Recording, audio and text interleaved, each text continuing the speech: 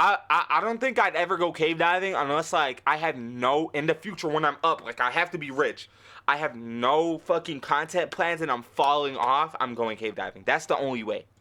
Dave Shaw was a 50-year-old Hong Kong-based commercial airline captain with one of the most impressive technical diving records in the world. He had logged hundreds of dives at extreme depths and was known in the cave diving community for his precision and calm under pressure. So he was known in the community, bro. He's known. Naya was good. He's known for being a guy. Look at him, bro. Look at his pose. Hey, I'm that guy. Have a safe flight, buddy. His chosen site was Boesmansgat, Afrikaans for Bushman's Hole, a flooded sinkhole near Danielskill in the northern Cape of South Africa. A flooded sinkhole. At roughly 900 feet deep, it is one of the deepest freshwater sinkholes on Earth. If I'm 6 feet, how many of me would it take to fill it up? 6 feet divided by, or 900 divided by 6.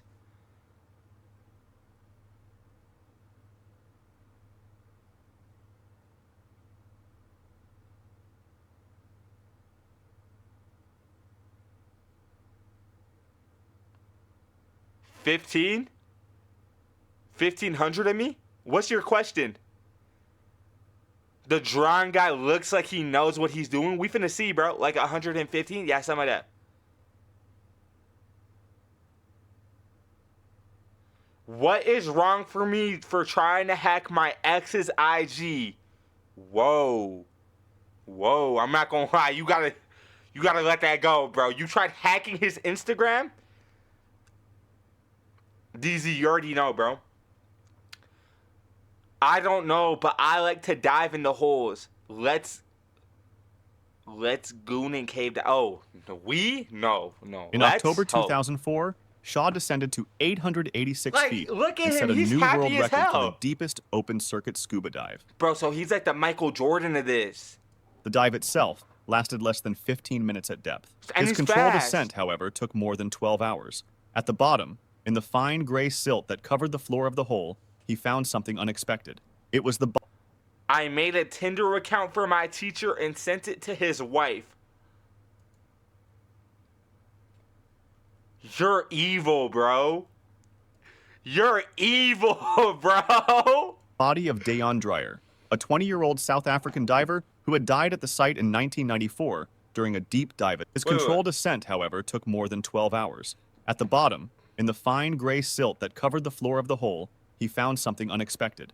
It was the body of Deon Dreyer, a 20-year-old South African diver who had died at the site in 1994 during a deep dive I'm just trying to see what he's doing. Why didn't you just make a burner and like follow him? attempt. His body had come to rest at the bottom and remained largely intact over the following decade, preserved by the...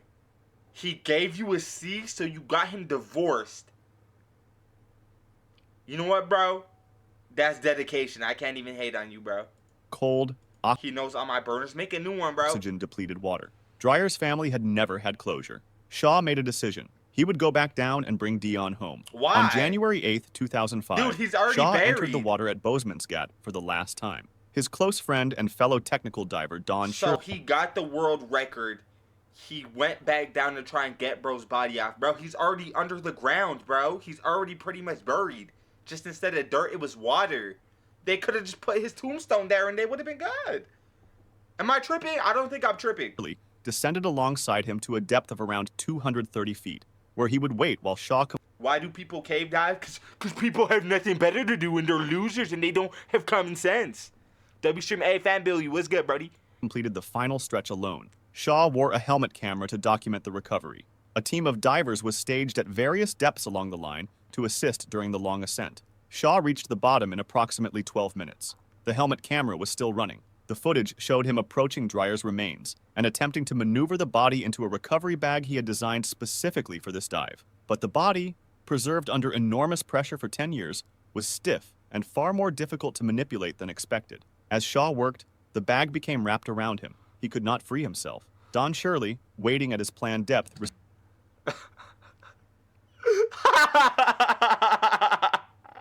Yo, you're buns, bro. received no signal. Minutes passed, then more. He began his ascent alone, but Shirley's own body was now failing. The combination of extreme cold, depth, and stress triggered a series of physiological crises during his decompression ascent. He blacked out at one point and came close to drowning. Over the course of several hours, he fought his way to the surface, helped by the stage support divers. He survived. Shaw did not. A recovery team descended several weeks later. They found Shaw's body near the bottom, still entangled in the equipment.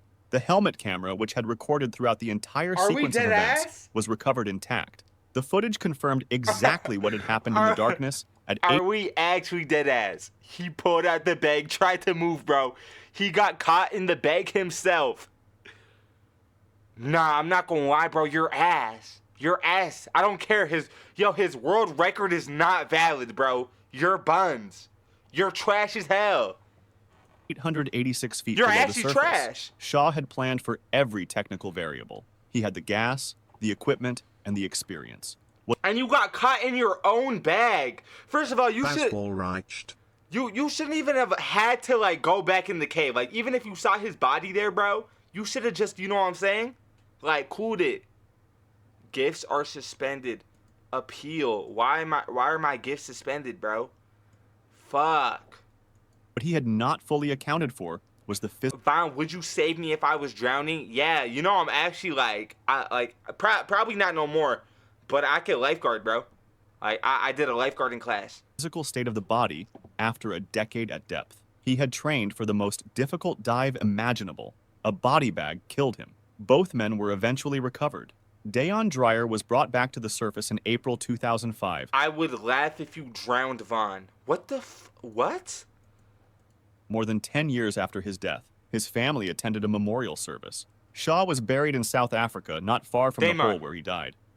Kilsby sinkhole incident, Like, bro. located on private farmland near the town of Mount Gambier in South Australia. Like, cave diving has to be the most unnecessary activity in the world, bro. Actually, the most unnecessary activity. Kilsby's sinkhole is considered one of the most visually striking dive sites in the country. The sinkhole is a roughly circular opening in the earth, approximately 130 feet wide at the surface, dropping into crystal clear freshwater with visibility that can exceed 130 feet on calm days. From the surface, the water is an almost unnatural shade who brings energy and personality to every stream. His quick reactions and sharp humor keep things entertaining, and he knows how to engage his audience in a fun, natural way. It feels like more than just watching, it's being part of the moment. His consistency and vibe make people want to keep coming back. Not AI. Y'all heard it here fucking first. Of blue. Beneath it, the environment shifts. Below the open section of the sinkhole, the floor gives way to an underwater cave system. The passage is narrow, the ceiling drops, and the rules of open water diving no longer apply. Cave diving requires specific training, redundant equipment, and strict gas management. An open water diver who enters an underwater cave system without that training is in immediate danger. I was lying. F you. Well, what did I do? I didn't even do nothing. Even in a place as seemingly serene as Kilsby's. Chat, are y'all going to like this is calm. If you're cave diving and it's this and it's just open, you can see the light from outside. You're just going, you might touch the bottom really quick, come back up. That's cool. But when you're going through these mazes, like what are we doing going through mazes? Sinkhole has claimed the lives of multiple divers over the decades, and the circumstances have followed a consistent pattern. In nearly every case, the victim entered areas they were not trained. Whenever would we be? Why would we be getting chased by a shark? You can't go to the bottom and go back down. That's like 10 meters. 10 meters is nothing. Or equipped to navigate. Signs and physical barriers were installed at the entrance to the cave sections. Markers that made the boundary between safe and dangerous explicit. They were ignored. One of the So you see the sign that says it's not safe to go, and you go like, damn, I'm gonna go. Nice, bro. Good for you. Most widely discussed fatalities at Kilsby's occurred in the early 2000s, when I once watched Vaughn beat the shit out of a 900-pound great whale. That is true. He was there. Experienced recreational diver entered the submerged cave section without a guideline, without a trained cave buddy, and without sufficient gas for a round trip into an enclosed system. He had dived the open portion of the sinkhole before and was familiar with the site. That familiarity appears to have made the barrier I don't think you know how far 10 meters is in water. What? It's still 10 meters. 10 meters in water and 10 meters. Come on, bro. That's like. seem less like a warning. How many meters in a foot? Or how many foot in a meters? Fuck.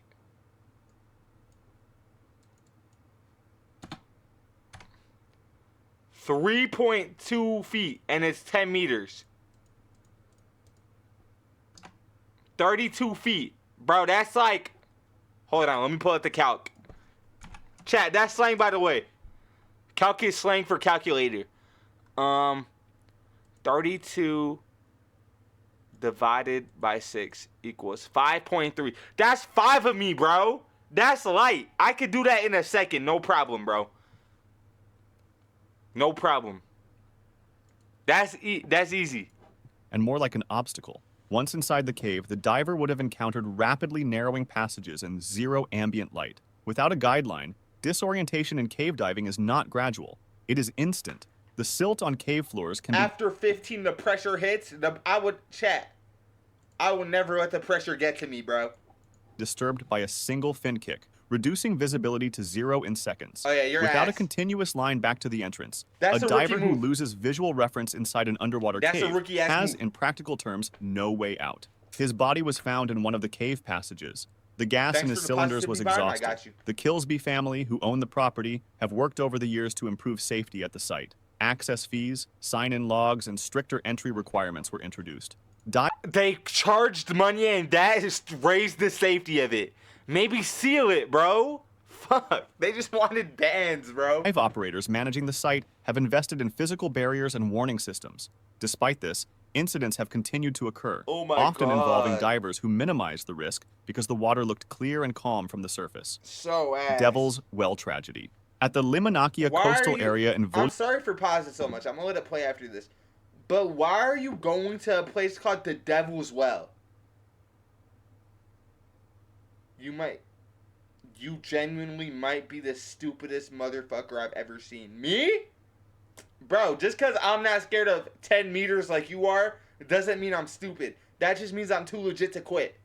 Liagmeni, a southeastern suburb of Athens, Greece, there is an underwater formation that the local diving community has long referred to as the Devil's Well. From the surface, the bay looks like any other stretch of the Aegean. Clear water, rocky coastline, popular with swimmers and freedivers. But at around 40 feet below the surface, the seafloor opens into a vertical shaft that drops sharply to a depth of roughly Wait, Naya, can you gift a rose really quick? I just want to see if gifting still works. Or can someone, it's like a cent. So like, I feel like it's not that crazy. I just want to see if gifting still works. Or if I'm cooked. I will genuinely give you $500 if you could go from swimming and if you can from swimming in the water go down 10 meters. Like 3 more minutes left on gifting or on gifting being suspended. 100 feet. Beyond the bottom of that shaft, Actually, no, never mind. You suck, and I'm not giving you anything. Gang, see, I told y'all he backed out of the deal, bro. I'm really not bad, bro. Damn, so it did suspend y'all. a network of narrow, unmapped Not this underwater guy. tunnels extends further into the rock. A protective metal grate was installed at the entrance to the cave section Just in the 1980s, 'cause I suck? Bro, following a fatal I incident. used to really be in able to deep dive, bro. Like there was I don't know how deep this pool was, but it was like a dive tank, and I could sit on the bottom of it. And not a lot of people could do that, bro. Even when the pressure hurt my ears, bro. How deep is an average dive tank? Let's actually see. How deep is a regular dive tank?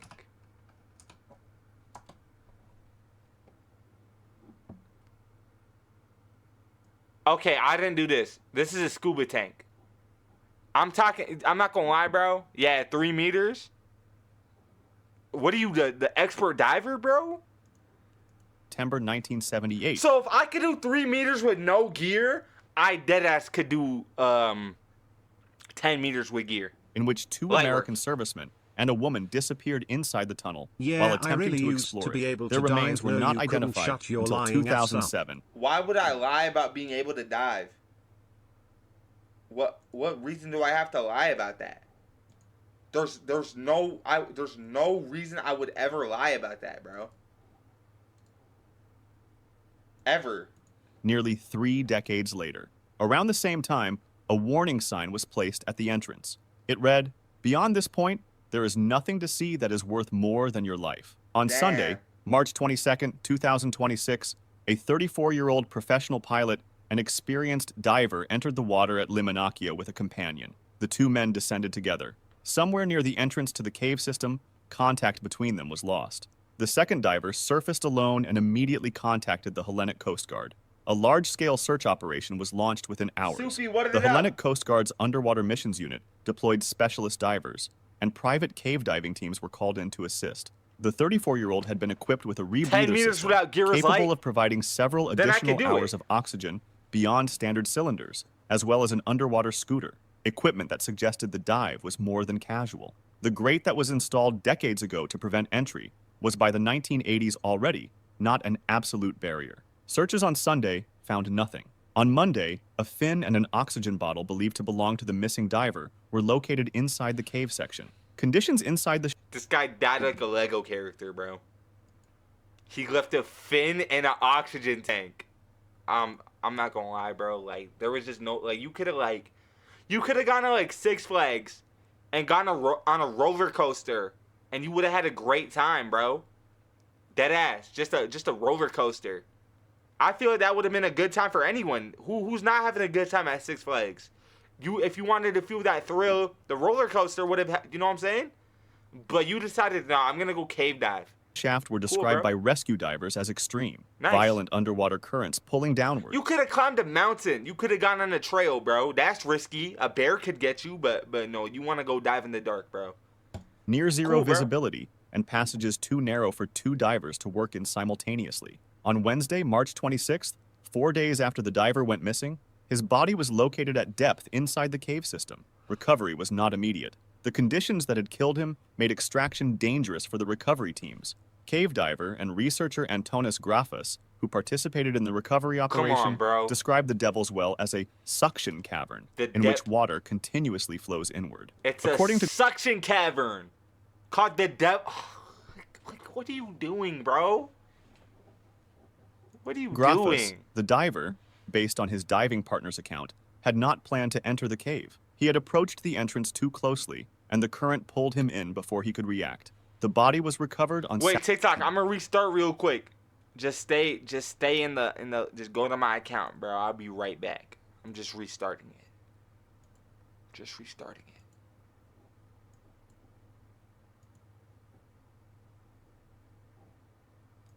Hold on, this the method.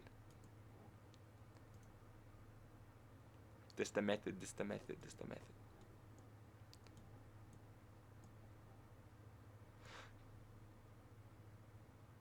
You know sharks don't really attack people that much, right? Like, sharks don't really get on people's, like, asses like that. They're not that bad.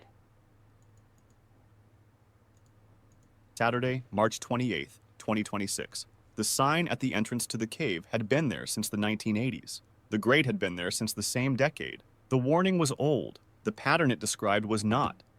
Eagle's Nest Sinkhole. In the cave diving community, Eagle's Nest has a nickname, the Mount Everest of cave diving. It is a flooded sinkhole located in Hernando County in west central Florida, near Weeki Wachee, and it is among the most dangerous dive sites in the United States. The What's an shaft eel drops doing, from a though? shallow, open chamber An eel's into a not doing steep nothing. descent that continues to a maximum depth of approximately 300 feet. Below 200 feet, the water is cold, dark, and under sufficient pressure that nitrogen narcosis, a disorienting, intoxicating effect caused by breathing compressed Eels nitrogen for, like, at hell, depth, like becomes a electric serious eels? Yo, factor, Ramfir, what's good? even for experienced divers. The site attracted experienced divers from across the country throughout the late 1980s and 1990s. It also attracted divers who were not ready for it. Between 1981 and 1999, Eagle's Tore my arm from. So you be fighting eels, bro? Nest claimed at least 10 lives. The Florida cave diving community began referring to the site as a killing ground. In And let me guess, someone heard that it was literally called a killing ground and thought to themselves, damn, I gotta go dive there. 1999, the state closed the cave to all diving. The deaths shared common threads. Many victims were certified cave divers who had the training for ordinary cave diving environments, but underestimated what the depth at Eagle's Nest added to the equation. At 200 feet or more, the margin for error collapses. Gas consumption increases significantly at depth. Decompression obligations become complex, and narcosis can make a diver feel confident and calm at precisely the moment they are in the most danger. One of the most documented fatalities occurred in the 1990s, when a diver with cave certification descended into the sinkhole alone. He had dived Eagle's Nest before. I'm not gonna lie, I don't respect any human that gets cave certification, bro. I just can't respect you. This time, he went deeper than on previous TT, visits, what is it up? pushing toward the lower chambers. During the ascent, he ran out of breathable gas before completing his decompression stops. Ascending too quickly from that depth without completing decompression carries its own risk. Decompression sickness can be fatal. He did not make it to the surface. The pattern was not unique to that one death. Investigators and cave diving educators who analyzed the Eagle's Nest fatality... What did I do for Mother's Day? I got my mom food and then got her flowers. ...found that in case after case, the diver had exceeded their planned depth or time, had dived without appropriate gas reserves, or had gone alone into an environment where any single equipment failure or physiological event would be unsurvivable without a buddy. The closure in 1999 lasted for years. The cave was eventually reopened with strict... Why would you reopen it? Bro, why would you reopen the cave? Why would you reopen the cave? requirements, Oh my demonstrated God, deep cave bro. experience, appropriate equipment, and mandatory gas planning documentation. Even with those controls in place, Eagle's Nest has continued to kill. The sinkhole does not change. The divers who die in it consistently make the same category of errors. Not reckless beginners, but experienced divers who decided at some point that the rules designed for Eagle's Nest applied to other people. Vortex Spring Cave. On the evening of Wednesday, August 18th, And 2010, stream. What the a fuck? 30-year-old man named Ben McDaniel... Yo, Amir, what's your beef, bro? What's up? You've been hating